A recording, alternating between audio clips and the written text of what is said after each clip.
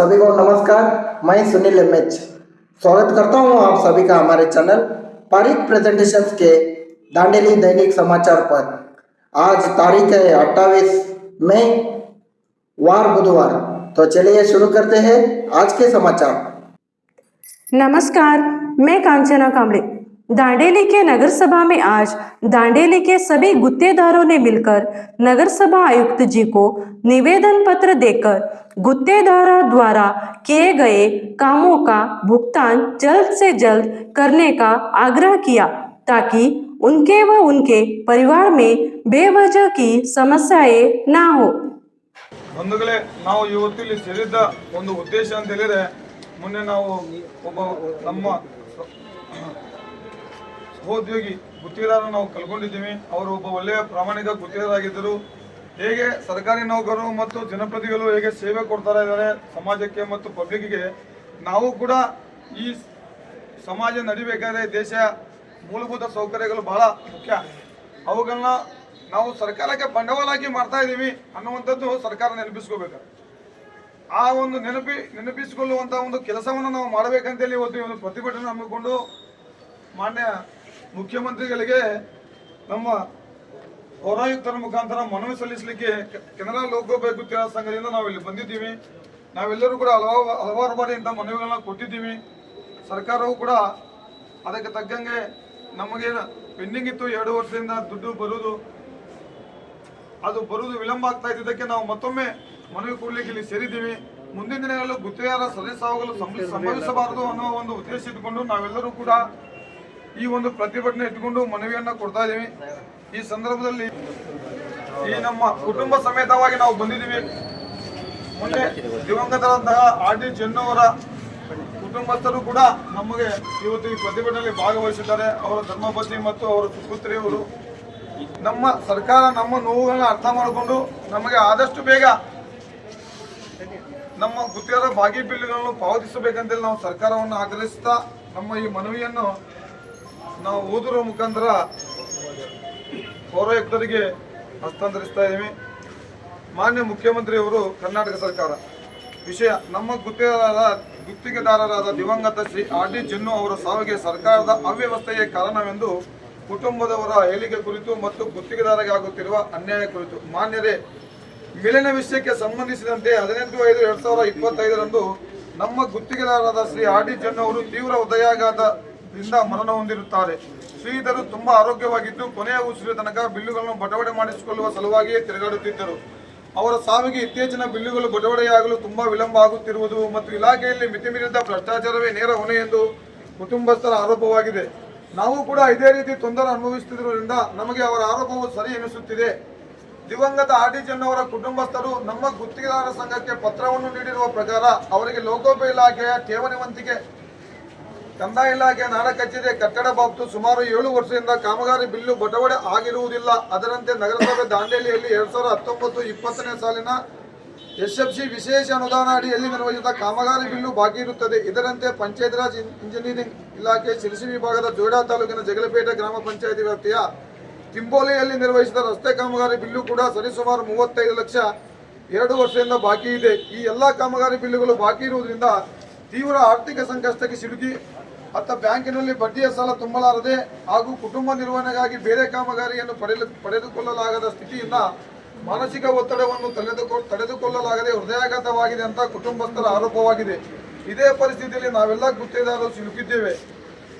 ವಿಶೇಷವಾಗಿ SFC ವಿಶೇಷ ಅನುದಾನದಲ್ಲಿ ನಗರಸಭೆಯಲ್ಲಿ ನಿರ್ವಹಿಸಿದ ಕಾಮಗಾರಿ ಬಿಲ್ಲಿನ ಬಗ್ಗೆ ಆರ್ ಡಿ ಚೆನ್ನು ಅವರು ಹಲವಾರು ಬಾರಿ ಬೆಂಗಳೂರಿಗೆ ಅಲೆದಾಡಿ ಬೆಂಗಳೂರಿನಲ್ಲಿ ಅಧಿಕಾರಿಗಳು ಹಾಗೂ ಸಂಬಂಧಪಟ್ಟ ಇಲಾಖೆ ಸಚಿವರ ಸಲಹೆ ಮೇರೆಗೆ ಪೂರ್ತಿ ಅನುದಾನ ಬದಲು ಅವರು ನೀಡಿದಷ್ಟು ಅನುದಾನವನ್ನು ಸರ್ಕಾರದಿಂದ ದಾಂಡೇಲಿ ನಗರಸಭೆ ಬಿಡುಗಡೆ ಮಾಡಿಸಿದರು. ದಾಂಡೇಲಿ ಪೌರಾಯುಕ್ತರು ಬಿಡುಗಡೆಯಾದ ಮೊತ್ತವನ್ನು ಗುತ್ತಿಗೆದಾರರಿಗೆ ಪಾವತಿಸಲು ಸರಿಸುಮಾರು 1.5 ತಿಂಗಳು ವಿಳಂಬ ಮಾಡಿರುವುದು ಅವರ ನಿಧನಕ್ಕೆ ಕಾರಣ. ಈ ಹೊಣೆಯನ್ನು ನೇರವಾಗಿ ಪೌರಾಯುಕ್ತರೇ ಹೊರಬೇಕಾಗಿದೆ. ಇಲ್ಲಿ ದಿವಂಗತ ಆರ್ ಡಿ ಚೆನ್ನು ಅವರ ಒಳಗೊಂಡ ನಗರಸಭೆ ದಾಂಡೇಲಿಯ ಸರಿಸುಮಾರು 3 ಕೋಟಿಗಿಂತ ಹೆಚ್ಚು ಕಾಮಗಾರಿ ನಮ್ಮ ಗುತ್ತಿಗೆದಾರರು ನಿರ್ವಹಿಸಿರುತ್ತಾರೆ. ಕಳೆದ 2.5 ವರ್ಷದಿಂದ ಗುತ್ತಿಗೆದಾರರು ಸಾಲ ಸುಳಿಯಲ್ಲಿ ಸಿಲುಕಿ ತೀವ್ರ ಸಂಕಷ್ಟಕ್ಕೆ ಒಳಗಾಗಿರುತ್ತಾರೆ. ಇದಕ್ಕೆ ಸಂಬಂಧಪಟ್ಟ ಸಚಿವರು ಸರ್ಕಾರದಲ್ಲಿನ ಅವ್ಯವಸ್ಥೆಯೇ ಕಾರಣವಾಗಿದೆ. ಈಗಾಗಲೇ ಹಲವು ಗುತ್ತಿಗೆದಾರರು ಈ ರೀತಿ ಆರ್ಥಿಕ ತೊಂದರೆಗೆ ಸಿಲುಕಿ ಸಾವನ್ನಪ್ಪಿದರೂ ಸರ್ಕಾರ ಎಚ್ಚೆತ್ತುಕೊಂಡಿರುವುದಿಲ್ಲ. ಕಾರಣ ತಾವುಗಳು ಕೂಡಲೇ ಗುತ್ತಿಗೆದಾರರ ಬಾಕಿಯನ್ನು ಬಟವಡೆ ಮಾಡುವ ಪ್ರಕ್ರಿಯೆಯಲ್ಲಿ ಯಾವುದೇ ಹಸ್ತಕ್ಷೇಪವಿಲ್ಲದೆ ನೇರವಾಗಿ ಗುತ್ತಿಗೆದಾರರ ಖಾತೆಗೆ ಆದಷ್ಟು ಬೇಗನೆ ಹಣ ಜಮಾ ಆಗುವಂತೆ ಮಾಡದೆ ವಿಳಂಬ ಮಾಡುತ್ತಾ ಹೋದಲ್ಲಿ ಗುತ್ತಿಗೆದಾರರ ಸರಣಿ ಸಾವುಗಳು ಹೆಚ್ಚಾಗುವುದರಲ್ಲಿ ಅನುಮಾನವಿಲ್ಲ. ಇತ್ತೀಚೆಗೆ ಸರ್ಕಾರದಲ್ಲಿ ಜನಪ್ರತಿನಿಧಿಗಳಿಂದ ಹಿಡಿದು ಅಧಿಕಾರಿಗಳು ಮಂತ್ರಿಗಳ ತನಕ ಮಿತಿಮೀರಿದ ಭ್ರಷ್ಟಾಚಾರವನ್ನು ನಾವು ನೋಡುತ್ತಿದ್ದು ನಾವು ಇನ್ನೆಂದೂ ನೋಡಿಲ್ಲ. ಹಿಂದಿನ ಸರ್ಕಾರದ ಭ್ರಷ್ಟಾಚಾರ ನಮ್ಮ ಕರ್ನಾಟಕ ಸಮಸ್ತ ಗುತ್ತಿಗೆದಾರರು ವಿರೋಧಿಸಿ 40% ಸರ್ಕಾರ ಎಂದು ಪ್ರತಿಭಟಿಸಿದರು. ಅದನ್ನು ಅಸ್ತ್ರವಾಗಿ ಮಾಡಿಕೊಂಡು ತಾವು ಅಧಿಕಾರಕ್ಕೆ ಬಂದಿರುತ್ತೀರಿ. ಆದರೆ ತಮ್ಮ ಸರ್ಕಾರದಲ್ಲಿ ಹಿಂದಿನ ಸರ್ಕಾರಕ್ಕಿಂತಲೂ ಹೆಚ್ಚು ಭ್ರಷ್ಟಾಚಾರ ತಾಂಡವವಾಡುತ್ತಿದೆ. ಈ ಭ್ರಷ್ಟಾಚಾರ ಅಧಿಕಾರಿಗಳಿಗೆ ವರದಾನವಾಗಿದೆ. ಈ ವ್ಯವಸ್ಥೆಯನ್ನು ಸುಧಾರಿಸಿಕೊಳ್ಳದಿದ್ದರೆ ಮುಂದಿನ ದಿನಗಳಲ್ಲಿ ಗುತ್ತಿಗೆದಾರರು ರಾಜ್ಯಾದ್ಯಂತ ಹೋರಾಟಕ್ಕೆ ಇಳಿಯಬೇಕಾಗಿರುತ್ತದೆ. ಆದ್ದರಿಂದ ತಾವು ವ್ಯವಸ್ಥೆಯನ್ನು ಸರಿಪಡಿಸಿ ಗುತ್ತಿಗೆದಾರರಿಗೆ ಆಗುತ್ತಿರುವ ತೊಂದರೆಯನ್ನು ಸರಿಪಡಿಸಬೇಕೆಂದು ತಮ್ಮಲ್ಲಿ ಕೇಳಿಕೊಳ್ಳುತ್ತೇವೆ. ತಾವು ಭ್ರಷ್ಟಾಚಾರಕ್ಕೆ ಸಾಕ್ಷಿ ಕೇಳುತ್ತೀರಿ, ಇದಕ್ಕೆ ಸಾಕ್ಷಿ ಒದಗಿಸಲು ಸಾಧ್ಯವಿಲ್ಲ ಎಂದು ತಮಗೂ ತಿಳಿದಿರುವ ವಿಷಯವಾಗಿದೆ. ಭ್ರಷ್ಟಾಚಾರವನ್ನು ಮಾಡುವವರು ಸಾಕ್ಷಿ ಇಟ್ಟುಕೊಂಡು ಭ್ರಷ್ಟಾಚಾರವನ್ನು ಮಾಡುವುದಿಲ್ಲ.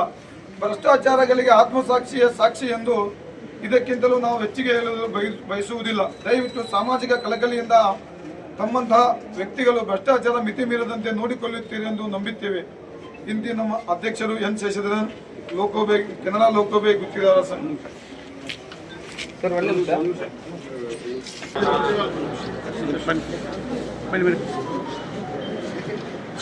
ಈ ಜನರು ನಾನು ಕಳೆದ ಕೆಲವು 3 ತಿಂಗಳಲ್ಲೇ ನಾನು ಅವರ ವ್ಯಕ್ತಿತ್ವದ ಬಗ್ಗೆ ಅಭ್ಯಾಸಿಸಿದಾಗ ಅವರ ನನಗೆ ಭಾಳ ಹತ್ತಿರವಾಗಿದ್ದರು ಮತ್ತು ನನಗೆ ಆತ್ಮೀಯ ಕೂಡ ಆಗಿದ್ದರು.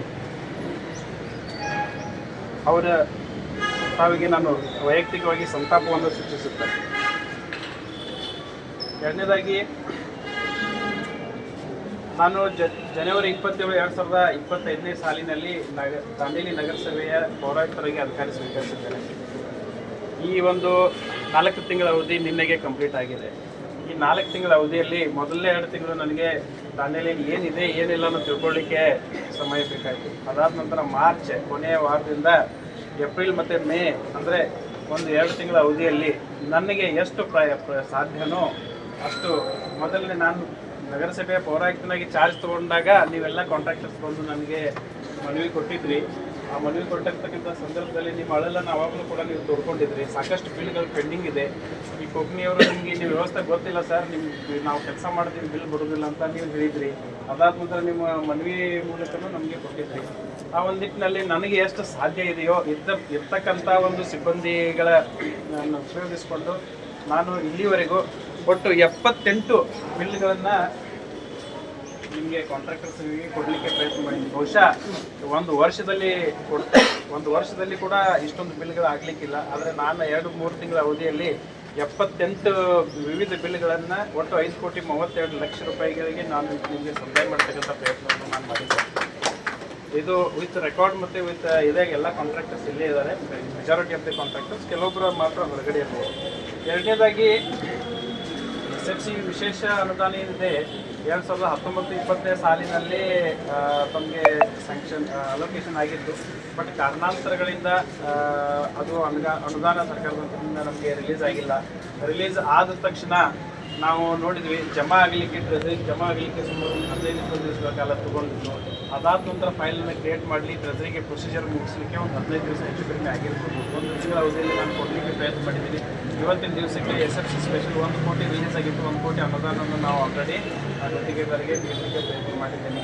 ನಿಮ್ಮೆಲ್ಲರಿಗೂ ಗೊತ್ತಿದೆ ಆತ್ಮೀಯರೇ, ಬಹುತೇಕ ಹೆಚ್ಚಿನ ಪ್ರಮಾಣದ ಬಿಲ್ಗಳನ್ನು ನಾನು ಕೊಡ್ತಾ ಇದ್ದೀನಿ. ನನ್ನ ಪ್ರಯತ್ನವನ್ನು ನಾನು ಮಾಡ್ತಾ ಇದ್ದೇನೆ. ಆಮೇಲೆ ಕಾಂಟ್ರಾಕ್ಟರ್ಸ್ ನೀವು ಹೇಳಿದಂಗೆ ರೆಡ್ಡಿಯವರು ಹೇಳಿದಂಗೆ ನೀವು ಇವರ ಪಾರ್ಟ್ ಆಫ್ ದ ಮುನ್ಸಿಪಾಲಿಟಿ ಸಾರ್ವಜನಿಕರಿಗೆ ಅನುಕೂಲ ಆಗಬೇಕು ಅಂತಂದರೆ ನೀವು ಕೂಡ ಯಾವ ರೀತಿ ನಮ್ಮ ಸಿಬ್ಬಂದಿಗಳು ಸರ್ಕಾರದ ನೌಕರರಿದ್ದಾರೆ ಅದೇ ರೀತಿ ನೀವು ಕೂಡ ಸರ್ಕಾರದ ಒಂದು ಟೈಪ್ ಆಫ್ ಪ್ರತಿನಿಧಿಗಳೇ. ನಿಮ್ಮ ಕಡೆಯಿಂದ ಸಾಕಷ್ಟು ಸರ್ಕಾರಕ್ಕೆ ಅನುಕೂಲ ಆಗ್ತದೆ, ನಿಮ್ಮಿಂದ ಸಾರ್ವಜನಿಕರಿಗೆ ಅನುಕೂಲ ಇದೆ. ಈ ಒಂದು ನಿಟ್ಟಿನಲ್ಲಿ ನಿಮ್ಮ ಬಗ್ಗೆ ಏನು ಕಾಳಜಿ ವಹಿಸಬೇಕು ಮುಂದಿನ ದಿನಮಾನಗಳಲ್ಲಿ ನಾನು ವಹಿಸ್ತೇನೆ. ಅದಕ್ಕೆ ನಾನು ಸದಾ ಸಿದ್ಧನಾಗಿದ್ದೇನೆ. ನನ್ನ ಅವಧಿಯಲ್ಲಿ ಯಾವುದೇ ಇಂಥ ಸಂದರ್ಭಗಳು ಒದಗಿ ಬರದೇ ಇರತಕ್ಕಂಥ ಮುಂದಿನ ದಿನಮಾನಗಳು ನೋಡ್ತಕ್ಕಂಥ ಜವಾಬ್ದಾರಿನ ನಾನು ವಹಿಸ್ಕೊಳ್ತೀನಿ ಅಂತಕ್ಕಂಥ ಮಾತನ್ನು ತಮ್ಮಲ್ಲಿ ಹೇಳಲಿಕ್ಕೆ पहलगाम में हुए आतंकी हमले का करारा जवाब देने व आतंकी ठिकानों को ध्वस्त करने वाले भारतीय सैनिकों के सम्मान में आज तिरंगा यात्रा निकाली गई। नमस्कार। पहलगाम में हुए आतंकी हमले, आतंकियों ने निहत्थे भारतीयों की जो हत्या की, उसके जवाब में भारतीय सेना ने जो मुंह तोड़ जवाब दिया, आतंकी ठिकानों को ध्वस्त किया, उन्हीं सैनिकों के सम्मान में आज दांडेली के नागरिक तिरंगा यात्रा निकाल रहे हैं। आइए देखते हैं। तिरंगा यात्रा में शामिल कई महिलाएं हैं और पुरुष है। तिरंगा यात्रा क्या बोलना चाहेंगे? क्या तिरंगा यात्रा है? सैनिकों के लिए क्या बोलेंगे आप? ಪುಲ್ವಾಮಾ ದಾಳಿಯಲ್ಲಿ ಸೈನಿಕರಿಗೆ ನಾವು ನಮ್ಮ ದೇಶಕ್ಕಾಗಿ ಪಾಕಿಸ್ತಾನಕ್ಕೆ ಒಳಗೋಗಿ ಹೊಡೆದ್ರಲ್ಲ, ಅದ್ರದ್ದು ವಿಜಯೋತ್ಸವ ಆಚರಿಸ್ತಾ ಇದೀವಿ ಇವತ್ತು. भारतीय सैनिकों का जवाब पाकिस्तानी आतंकियों को जो दिया गया, उसके संदर्भ में आप देख सकते हैं। ನಮ್ಮ ಪ್ರವಾಸಕ್ಕೆ ಹೋದಂಥ ಯಾತ್ರಿಗಳಿಗೆ ಪರಿಣಾಮದಲ್ಲಿ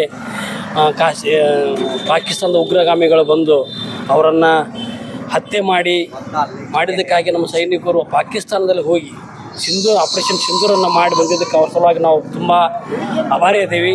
ನಮ್ಮ ದೇಶವನ್ನು ಕಾಪಾಡೋ ಸೈನಿಕರು, ಆ ಸೈನಿಕರ ಸಲುವಾಗಿ ನಾವು ಒಂದು ತಿರಂಗ ಯಾತ್ರೆ ಮಾಡ್ತಾ ಇದ್ದೀವಿ. ಯಾವಾಗಲೂ ಸೈನಿಕರಿಗೆ ಬೆಂಬಲವನ್ನು ಕೊಡಬೇಕಂತ ವಿನಂತಿ. भारत माता का शौर्य बढ़ाया है, भारत माता का शौर्य बढ़ाया है ना? कुछ बोलना चाहेंगे भारत की सेना के लिए?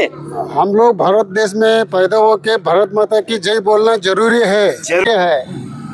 और कुछ कोई बोलना चाहेंगे? क्या बोलना चाहेंगे? भारतीय सेना के लिए क्या बोलना चाहेंगे? इस तिरंगा यात्रा के लिए क्या कहना चाहेंगे? भारतीय सेना के ऊपर हम बहुत गर्व करते हैं, जो पाकिस्तान को पानी पिलाए हैं। इससे आगे भी बहुत बड़ा मुकाबला होगा और पानी पिलाएंगे। जय जय हिंद, जय हिंद और जय हिंद की सेना। आप में से कोई कुछ बोलना चाहेगा? खून भी देंगे, जान भी देंगे, देश की मिट्टी कभी नहीं देंगे। शाबाश। आप कुछ बोलना चाहेंगे? क्या बोलना चाहेंगे भारतीय सेना के लिए आप? हमारा देश के भारतीय सैनिक पर हमारा गर्व है, क्योंकि वो लोग हमारा जो सार्वजनिक को मारा था ना, उनका घर में घुस के मार के आया है पाकिस्तान में। इसलिए हम लोग अपना सैन्य पर हमको गर्व है और गर्व होना चाहिए, क्योंकि भारतीय सेना ईंट का जवाब पत्थर से देना जानती है। सही है ना? ಸही है सर. हाँ, क्या कहना चाहेंगे? भारत माता के, भारत माता के में बोलिए. ಎಲ್ಲ ಸೇನೆಯವರೆಲ್ಲ ಒಳ್ಳೆ ಕೆಲಸ ಮಾಡಿದ್ರು. ನಾವೆಲ್ಲ ಅವರು ಇದ್ದಾರಂತ ಹೇಳಿ ನಾವೆಲ್ಲ ಇಲ್ಲಿ ಭದ್ರತೆಯಿಂದ ಇದ್ದೀವಿ ಅಂತ ಹೇಳಿ ನಾ ಇವತ್ತು ಹೇಳಕ್ಕೆ ಇಷ್ಟಪಡ್ತೀನಿ. जब सेना जागती है तब हम सोते हैं. बराबर है. देश की रक्षा कौन करता है? सेना करती है. आज दांडेली में ये जो तिरंगा यात्रा निकल रही है, ये हमारे भारतीय सैनिकों के सम्मान में निकल रही है. और कुछ बोलना चाहेंगे? अपनी सेना है तो हम यहाँ पे आराम से चैन से सो रहे हैं और आराम से घूम रहे हैं। और पाकिस्तान वालों ने हमारे आम लोगों को, घुसपैठियों को, उग्रवादियों को भेज के मार दिया, और वो भी धर्म देख के मारा है।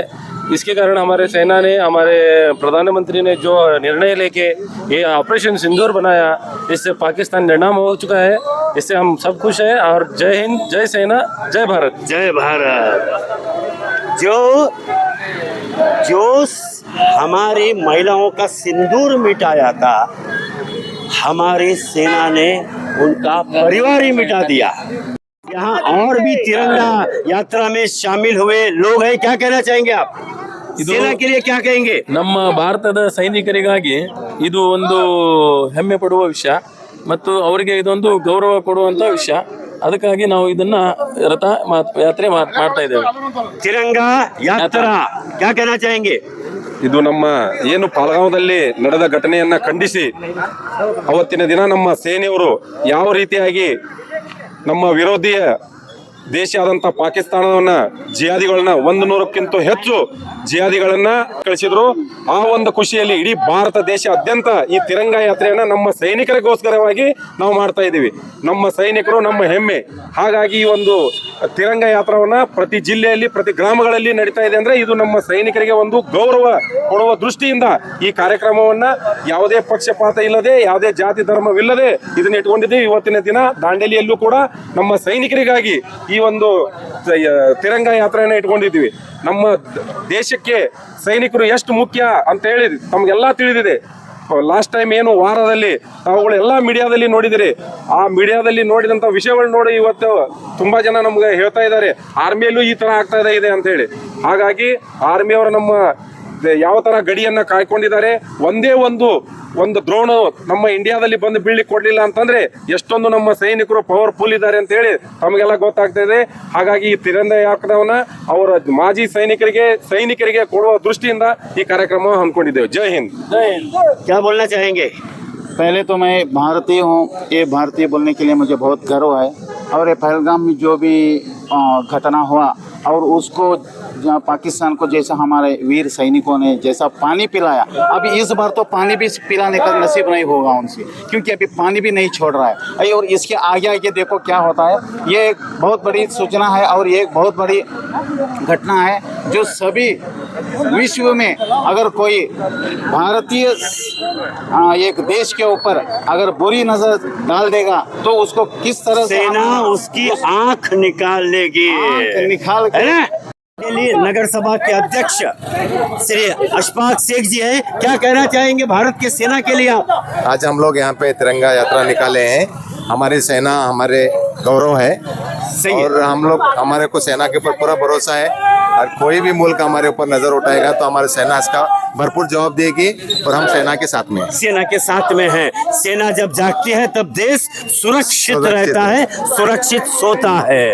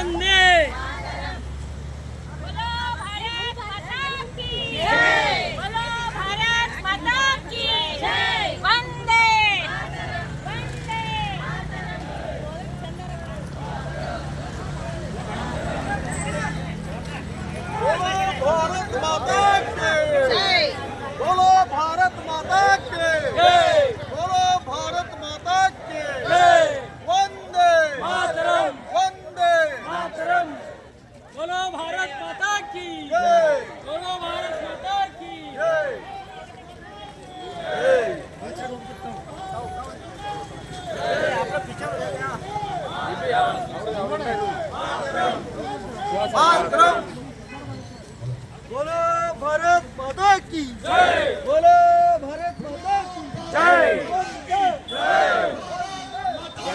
जय माता की जय।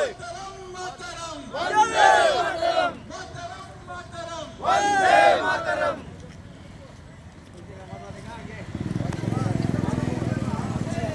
भारत माता की जय।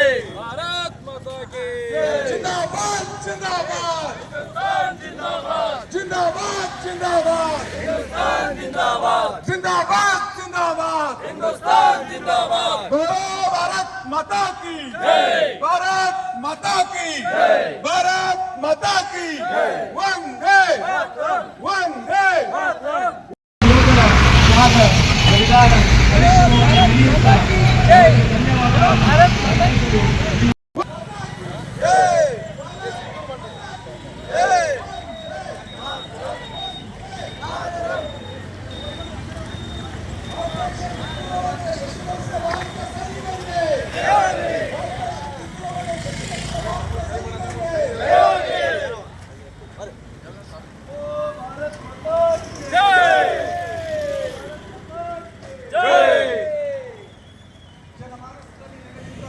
ಭಾರತೀಯ ಸೈನಿಕರ ತ್ಯಾಗ ಶೌರ್ಯ ಬಲಿದಾನವನ್ನ ಸ್ಮರಿಸುತ್ತಾ ತಿರಂಗ ಯಾತ್ರಾ ಸಮಿತಿಯ ವತಿಯಿಂದ ಇವತ್ತು ಹೆಚ್ಚಿನ ಸಂಖ್ಯೆಯಲ್ಲಿ ಸೇರಿಕೊಂಡು ಇದೊಂದು ತಿರಂಗ ಯಾತ್ರೆಯನ್ನ ಮಾಡುತ್ತಿದ್ದೇವೆ. ಈ ದೇಶದ ನಮ್ಮ ಹೆಮ್ಮೆಯ ಪ್ರತೀಕವಾದಂತಹ ನಮ್ಮ ಭಾರತೀಯ ಸೈನಿಕರ ತ್ಯಾಗ ಬಲಿದಾನವನ್ನ ಸ್ಮರಿಸುತ್ತಾ ಈ ದೇಶಕ್ಕೋಸ್ಕರ ಇಂದಿಗೂ ಕೂಡ ಗಡಿ ಭಾಗಗಳಲ್ಲಿ ತನ್ನ ಪ್ರಾಣವನ್ನ ಪಣಕ್ಕಿಟ್ಟು ಭಾರತೀಯರ ಪ್ರಾಣವನ್ನು ಉಳಿಸಲು ಸಾಹಸ ಪಡುತ್ತಿರುವ ಭಾರತ್ ಮಾತಾ ಕೆ ವಂದೇ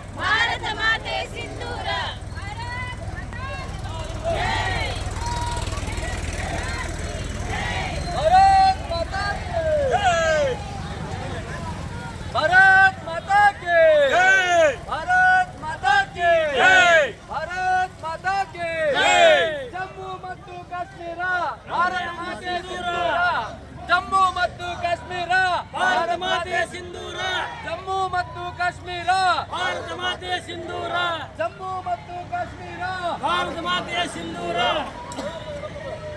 ಭಾರತ ಮಾತಾ ಜೈ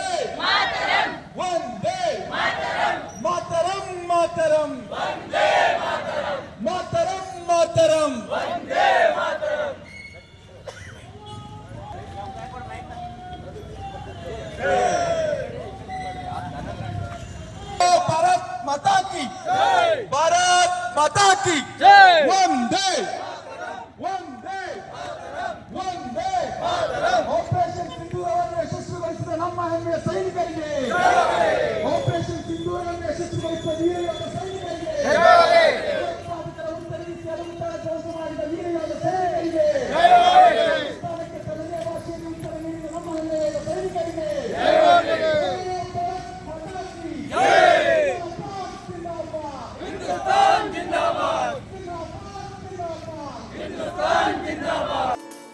कल हमने जो आपसे सवाल पूछा था उसका सही जवाब है 16 दिसंबर 1971।